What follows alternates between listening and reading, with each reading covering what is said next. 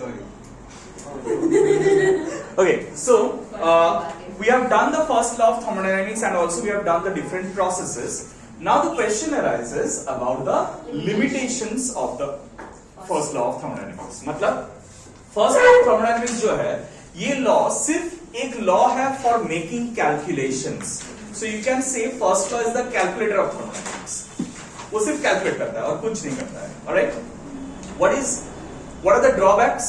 First, वो कोई भी प्रोसेस फिजिबल है मतलब पॉसिबल है या नहीं है वो कभी नहीं बताता है. जैसे example take the isothermal process. Isothermal process में हम लोगों ने क्या देखा कि हीट एनर्जी सप्लाई करो और वो वर्क करेगा, उसमें इंटरनल एनर्जी चेंज नहीं होगा. क्यों? क्या पढ़ा था हम लोगों ने? Q is equal to delta U plus W first law बताता है, लेकिन डेल्टा U जीरो है for isothermal process.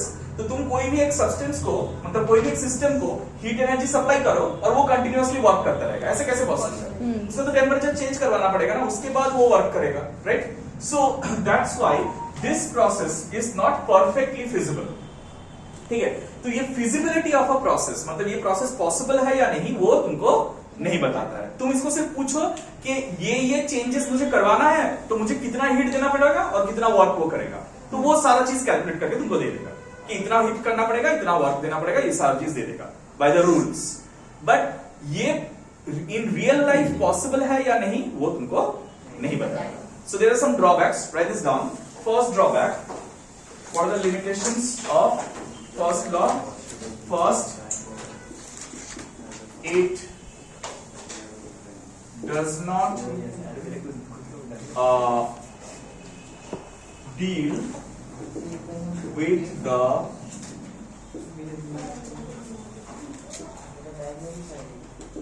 feasibility. Feasibility मानन की feasibility FEL Janine, I don't know how to say. feasibility of a process. मतलब वो process feasible है. FISSI Oh, nothing. FISSI. BILITY. कल आगे ठीक लिखे चला. फिजिबिलिटी ऑफ अ प्रोसेस मतलब फिजिबिलिटी ऑफ अ प्रोसेस वो हाँ मतलब वो प्रोसेस हो पाएगा या नहीं हो पाएगा उसके बारे में वो बता नहीं सकता है. ठीक है. Second, it does not give any information. It does not give any information about the direction of energy flow. About the process. Feasibility of a process. Direction of energy flow. Energy flow मतलब ये energy किस direction में flow करेगा उसके बारे में वो कुछ नहीं बताता है. किस डायरेक्शन में फ्लो करना चाहिए उसके बारे में कुछ नहीं बताता है. अगर तुम पॉजिटिव सेंस में देते हो तब भी वो आंसर देगा, अगर तुम नेगेटिव सेंस में लेते हो तब भी वो आंसर देगा. ठीक है. Third, it does not give any information. It does not give any information about the extent to which heat energy is convertible to work. What? अच्छा, hot. ठीक है. So it does not give any information about the extent to which the heat energy is convertible to work. Means you cannot convert all the heat energy into work. पर क्यों? वो समझना पड़ेगा. So ये सारा limitations overcome करने के लिए we got to go for the second law of thermodynamics. Hence, the requirement of second law. ठीक है. अब सेकेंड लॉ जो है उसका 7 स्टेटमेंट है. There are 7 statements of second law, जिसमें से सिर्फ 2 स्टेटमेंट हम लोग का सिलेबस है. ठीक है. So 1 is Kelvin Planck statement Carnot cycle. Kelvin, Carnot cycle. हाँ आ रहा है, Kelvin Planck statement and 2 is Clausius-Capron statement.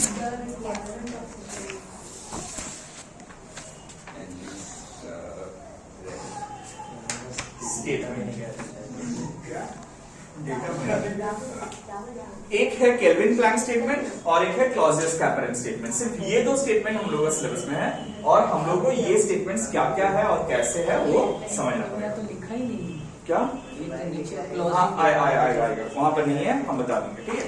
अच्छा क्लॉजियस-कैपरन स्टेटमेंट, ओके।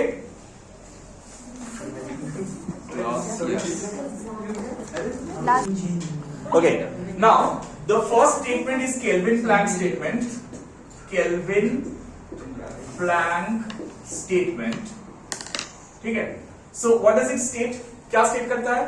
कि there cannot be any heat engine whose sole intention is to convert heat into water.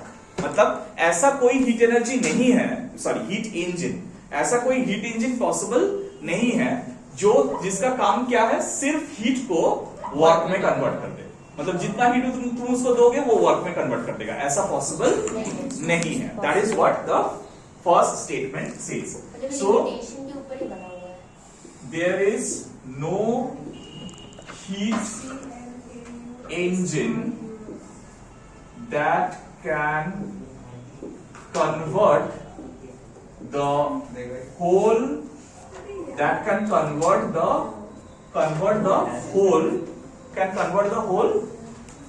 what? Whole heat energy into what? Energy into what? ठीक है।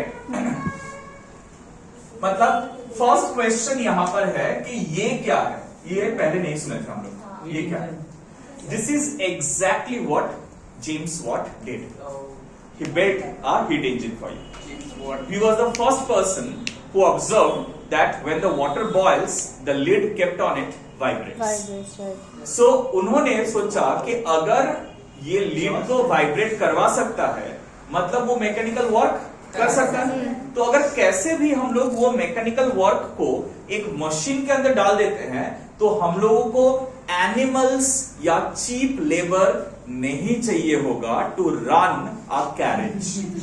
मतलब इससे पहले तक James Watt ने जब हीट इंजन तैयार किया, उससे पहले तक before that there were carts carried by horses और the bullock, cows or the elephant or these type of carts were there. That means there were no cart which could be driven by an engine. Why? Because there were nothing called engine. Engine बोल के कोई चीज नहीं था, right? So now the question is, how does a heat engine work? Heat engine काम कैसे करता है? एक हम लोग फ्लो चार्ट देखेंगे, उसके बाद देखेंगे कि रियल लाइफ में स्टीम इंजन कैसे काम करते हैं, ठीक है? फ्लो चार्ट क्या बोल रहा है, देखो बोल रहे हैं कि अगर ये एक हीट इंजन है ना, this is a heat engine, this is a heat engine. So what it does, वो उसको हीट एनर्जी चाहिए होता है, तो जहां से हीट एनर्जी लेता है वो क्या है, सोर्स से। अगर मान लो वो Q1 amount of heat energy लिया, ठीक है, उससे क्या किया, उसने W amount of work perform किया, लेकिन वो पूरा Q को W में कन्वर्ट नहीं कर पाएगा, तो थोड़ा एक्सेस हीट होगा, वो हीट वो कोई एक सिस्टम में छोड़ देगा, और जिसमें छोड़ेगा उसको हम लोग नाम देते हैं सिंक, हीट सिंक, ठीक है। सो वो एक सोर्स से हीट एनर्जी लेगा, कुछ काम वर्क परफॉर्म करेगा, और पूरा हीट को वो वर्क में कन्वर्ट नहीं कर सकता है, तो थोड़ा सा अमाउंट ऑफ हीट वो किसको दे देगा, सिंक को दे देगा। समझ में आया? तो ये जो मशीन है, ये जो इंजन है, इसका efficiency is given by Etah is equal to जितना वो वर्क कर रहा है, दैट इज आउटपुट, और जितना इनपुट कितना हो रहा है, Q1, ठीक है। अब एनर्जी कंजर्वेशन प्रिंसिपल के हिसाब से Q1 should be equal to W plus right? हाँ। Q1 इनपुट हो रहा है और आउटपुट W और Q2 हो रहा है, so Q1 should be equal to W plus Q2। मतलब ये W को हम लोग क्या लिख सकते हैं, Q1 minus Q2. That means you can write this W as Q1 minus Q2 by Q1. That is 1 minus Q2 by Q1. This is the efficiency, and if you want to convert it into percentage, into 100. 100. That will give you efficiency percentage. Efficiency percentage. Is that clear? अब ये तो theory है कि किसी से heat ले रहा है, वर्क कर रहा है, हीट छोड़ दे रहा है, लेकिन रियल लाइफ में वो होता कैसे है? किसी ने स्टीम इंजन देखा है कहीं पर, म्यूजियम में या कहीं पर? हाँ, देखा है? अरे भाग नहीं का भाग। उसमें एक बहुत बड़ा ऐसा एक सिलेंडर होता है, हाँ. राइट? उसके ऊपर ऐसा एक वो लगा हुआ था, उसमें से क्या निकलता है, वो झिक झिक झिक झिक झिक झिक, राइट? वो well now see how does a heat engine work. तो तुम लोगों ने देखा है कि ऐसा एक बहुत बड़ा वो रहता है, सिलेंडर टाइप रहता है, और वो सिलेंडर हाँ टंकी जैसा रहता है, और उसके नीचे ऐसा बड़ा बड़ा चक्का रहता है। हाँ, लेकिन ये देखा है कि ये चक्का जो जुड़ा रहता हुआ है, रहता है। एक चक्का के साथ और एक दूसरा चक्का ऐसे एक रॉड से कनेक्टेड रहता है, राइट? ऐसा हाँ, ऐसे सीधा सीधा चक्का रहता है, हाँ, राइट। सामने पीछे वाला चक्का घुमाता है, सामने वाला चक्का घूमता है। लेकिन एक्चुअली में ये प्रोसेस कैसे प्रोसेस ये चलता है, ये होता है कैसे, ये थोड़ा ध्यान से देखो क्या होता है। यहाँ पर एक पिस्टन सिलेंडर डिवाइस होता है, ये मान लो सिलेंडर है और इधर पिस्टन है, ठीक है? और ये पिस्टन सिलेंडर डिवाइस के साथ यहां से एक क्रैंकशाफ्ट डिवाइस लगा हुआ होता है। What is a crankshaft device? A crankshaft device is a device that converts. A crankshaft device is a device that converts oscillatory motion into circular motion. मतलब एक एंड oscillatory motion करेगा और दूसरा and circular motion करेगा. So this will act as a hinge. ये hinge जैसा act करेगा continuous. समझ में आया ना? Are you getting me? अब क्या हो रहा है देखो यहाँ पर दो जगह होता है, एक होता है इनलेट, हाँ एक होता है इनलेट और एक होता है आउटपुट, हाँ एक आउटलेट, ठीक है, एक आउटलेट। अब क्या होता है देखो, ये पिस्टन जब यहाँ रहता है, ये पिस्टन जब यहाँ पर रहता है, तब क्या है देखो, ये वाला जो मतलब एक्चुअली में I should draw it like this.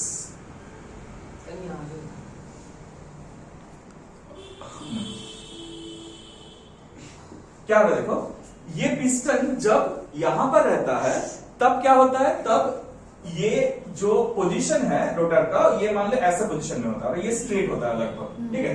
अब क्या हो रहा है देखो, जैसे यहां से बहुत हाई प्रेशर में स्टीम अंदर फेंका जाता है, ये स्टीम क्या करता है, ये पिस्टन को धक्का देता है, धक्का देके इधर हटा देता है। तो जैसे ये इधर हटाता है, ये जो है ये व्हील को सामने वाला डायरेक्शन में फोर्स अप्लाई करता है।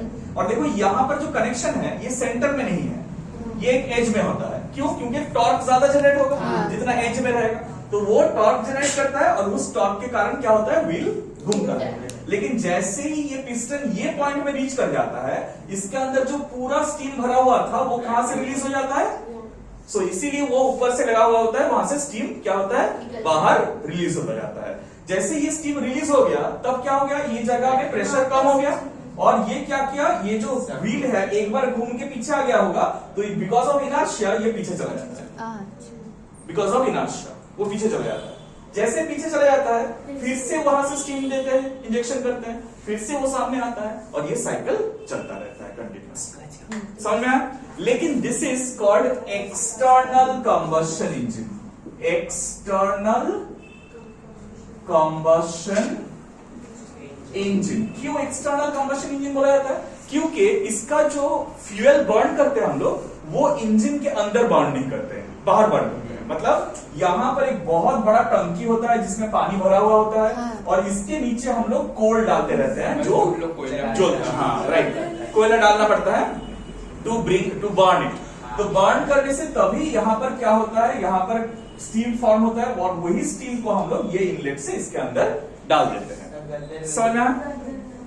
हाँ राइट राइट। सो तो वहां से क्या होता है, वहां से क्या होता है कि ये जो कोल जो बर्न कर रहा है ये इंजन का बाहर बर्न कर रहा है, ठीक है।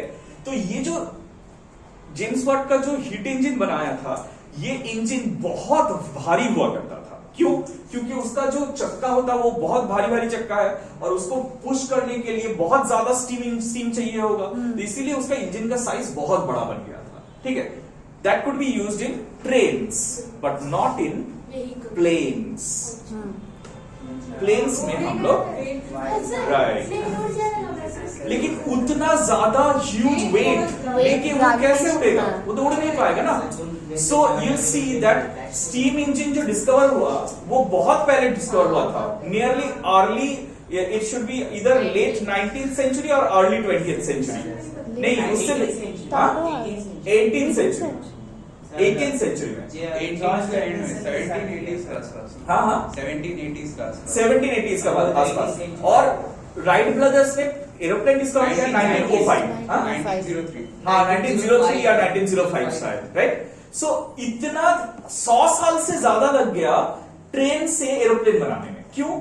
बिकॉज हम लोगों के पास ईसी इंजिन्स था, आईसी इंजिन्स नहीं था। EC engine means external combustion engines, और आईसी इंजिन्स जो अभी हम लोग व्हीकल्स में इंजिन्स यूज करते हैं उसे आईसी इंजिन्स बोला जाता है, इंटरनल कंबशन इंजिन्स।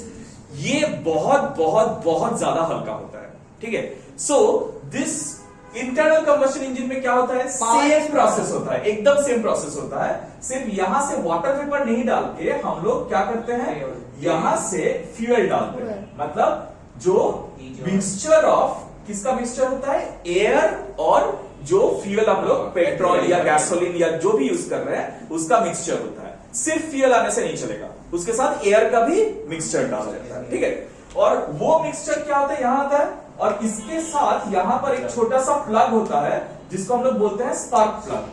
वो स्पार्क प्लग क्या करता है, स्पार्क जनरेट करता है, राइट। सो हम लोग पहले फ्यूल यहां से डालते हैं, फिर स्पार्क प्लग से स्पार्क क्रिएट करते हैं। जैसे स्पार्क क्रिएट होता है, it burns the whole fuel, so it acts like a bomb exploding, so it creates a lot of force.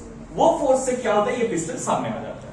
वो पिस्टन सामने आता है, ये घूमता है एक राउंड, फिर यहां से जो बर्न्ड गैस है वो यहां से निकल जाता है बाहर, और फिर वो पिस्टन अंदर आता है। फिर यहां पर एक फ्यूल इंजेक्शन होता है, स्पार्क का स्पार्क क्रिएट करता है, फिर वो सेम साइकिल रिपीट होता जाता है। सर वैगन इंजन में अलग होता है सर। किसमें? वैगन इंजन जिसमें वो एक लूप, हाँ रोटेटर रहता है, राइट।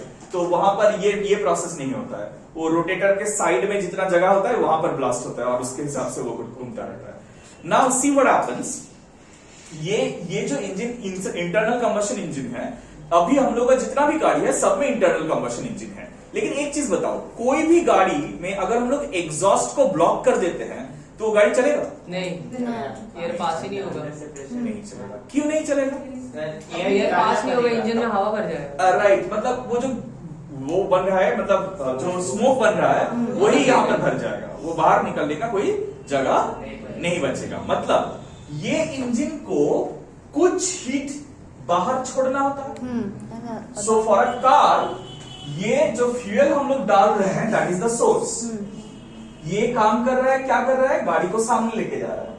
और जो एग्जॉस्ट है वो कहां पर डाल रहा है, sink. That is our atmosphere. Sink is the atmosphere, जिसमें हम लोग वो एग्जॉस्ट से गैस बाहर डाल रहे हैं। और अब ये भी खत्म हो गया। क्या करेंगे? ईवी में तो इलेक्ट्रिक व्हीकल है, उसमें तो ये इंजन नहीं है ना, उसमें तो मोटर लगा हुआ होता है सिर्फ इलेक्ट्रिक। बैटरी अब सुनो यार, जो बोल रहे थे ध्यान से, ये जो हीट इंजन जैसे ही बनाया गया ना, तो एक बहुत बड़ा धमाका हो गया। हाँ एग्जैक्टली, धमाका मतलब इवोल्यूशन, हाँ revolution exactly. Basically you can say it also created an human evolution, ठीक है। वाई? द रीजन इज, इससे पहले कोई भी काम करवाना हो उसके लिए हम लोगों को क्या करना पड़ता था, एनिमल्स का इस्तेमाल करना पड़ता था, और एनिमल्स इस्तेमाल करना इतना इजी नहीं है, it was a laborious job. उन लोगों को टेम करवाओ, उन लोगों को फिर प्रॉपरली सिखाओ, फिर खिलाओ पिलाओ, ठीक से उन लोगों को रखो, उन लोगों को तो और खर्चा नहीं, और खर्चा नहीं, खर्चा कम होता था लेकिन टाइम एनर्जी बहुत ज्यादा स्पेंड होता था। लेकिन यहाँ पर क्या हो रहा है, सिर्फ फ्यूल लगा दो, बर्न करो, वो मशीन खुद ब खुद सारा काम कर लेगा। So machines were initially used to raise water from well. मतलब कुएं से पानी उठाना सबसे बड़ा डिफिकल्ट प्रोसेस होता था, तो उसी में ही पहला मशीन यूज किया गया। क्यों? क्योंकि मशीन को कहीं पर लेके नहीं जाना पड़ेगा, वो एक ही जगह में फिक्स रहेगा, वो सिर्फ काम करता रहेगा, अपना काम करता रहेगा और पानी उठाता रहेगा, हम लोग पानी पी पाएंगे ठीक से, ठीक है। लेकिन प्रॉब्लम क्या हुआ? प्रॉब्लम हुआ बिजनेसमैन को लेकर। क्यों? क्योंकि बिजनेसमैन जो है वो सबसे बड़े धोखेबाज है। उन लोगों का काम ही है धोखा देके जितना पैसा है उठाओ, ठीक है। अब वो क्या किया, एक जन आया बोला मैंने एक इंजन बनाया है, मेरा एफिशिएंसी 50% है, ठीक है। तो दूसरा बोला कि नहीं, 50% एफिशिएंसी बोलने से ये लोग नहीं लेगा, हम बोलते हैं हमारा 60% एफिशिएंट है। तो कोई बोला मेरा 70% एफिशिएंट है, कोई 80%, कोई 90%, ऐसे कोई भी कुछ भी एफिशिएंसी बोलता गया और कितना भी हाई प्राइस में वो बेचता गया। कि अब क्या बोला लोगों को? लोगों को बोला कि हमारा जो मशीन है वो कम फ्यूल यूज करेगा, तो आपको इनपुट पैसा कम देना पड़ेगा, लेकिन एक बार में इंस्टॉलेशन पैसा ज्यादा देना पड़ेगा। मेरा एफिशिएंसी ज्यादा है तो खर्चा भी, मतलब इंजन का दाम भी ज्यादा होगा, ठीक है। तो उन लोगों ने क्या किया, बहुत ज्यादा दाम में बेफालतू का, बेमतलब का इंजन बेचना शुरू कर दिया। अब लोग लाए, उन लोगों को इंस्टॉल तो कर लिए, अब काम करने के बाद जब लोग देख रहे हैं एनालाइज करके, तब तक तो काम हो चुका होगा, सब लोग तो इंस्टॉल कर लिया होगा, अब थोड़ी ना वो लौटा के लेके जाएगा, अरे गाली दे सकता है मैक्सिमम। हिस्ट्री में हम लोग पढ़े थे, राइट। तो उससे क्या हुआ, उससे एक बहुत बड़ा प्रॉब्लम क्रिएट हो गया कि एक कोई स्टैंडर्डाइजेशन नहीं रहा, कि स्टैंडर्ड कुछ नहीं रहा, कोई भी कुछ भी बोल सकता है। Carnot was the first person to come up with a standard heat engine, के ये हीट इंजन जितना एफिशिएंट है उससे ज्यादा एफिशिएंट हीट इंजन नहीं बन सकता है, उससे कम एफिशिएंसी हो सकता है लेकिन उससे ज्यादा एफिशिएंट नहीं हो सकता है। तो उन्होंने क्या बोला, उन्होंने बोला कि कोई भी हीट इंजन जो है वो एक साइक्लिक प्रोसेस में काम करता है। साइक्लिक प्रोसेस में मतलब एक ही काम रिपीट करता जाता है, राइट। सो ये साइक्लिक प्रोसेस कुछ स्टेप्स में होते हैं। अगर हम लोग आइडियल हीट इंजन का एफिशिएंसी कितना है वो निकाल लेते हैं, तो कोई भी रियल हीट इंजन का एफिशिएंसी उससे कम ही होगा, उससे ज्यादा एफिशिएंसी नहीं हो पाएगा। So he created upper layer of the efficiency, कि ये एफिशिएंसी से ज्यादा एफिशिएंसी तुम नहीं कर सकते, अगर तुम बोल रहे हो तो तुम झूठ बोल रहे हो, that is not possible. He was the person to standardise it, and that is why we need to learn the Carnot cycle properly, कि कार्नोट साइकिल में क्या होता है। ऑलराइट, सो